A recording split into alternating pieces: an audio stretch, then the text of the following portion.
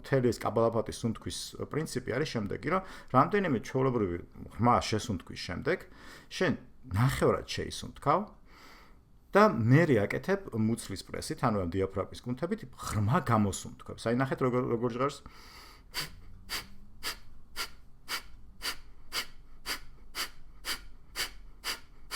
აი ასეთნაირად თქვენ ტემპში რა ტემპით თქვენთვის იქნება ასე ვთქვათ მისაღები. მე ისე ღრმა შეესუნთქვა, ამოსუნთქვა და აი ამ ვარჯიშებით, ანუ ამ შეესუნთქვა, შემდეგ კიდევ ერთხელ, შეიძლება ისე პაუზების გაკეთებაც, მაგრამ ჩვეულებრივად ან კაბალაფატი არის, რომ შევისუნთქეთ, ამოვისუნთქეთ, შევისუნთქეთ ნახევრად და მე გავაკეთეთ ეს გამოსუნთქვითი ვარჯიშები.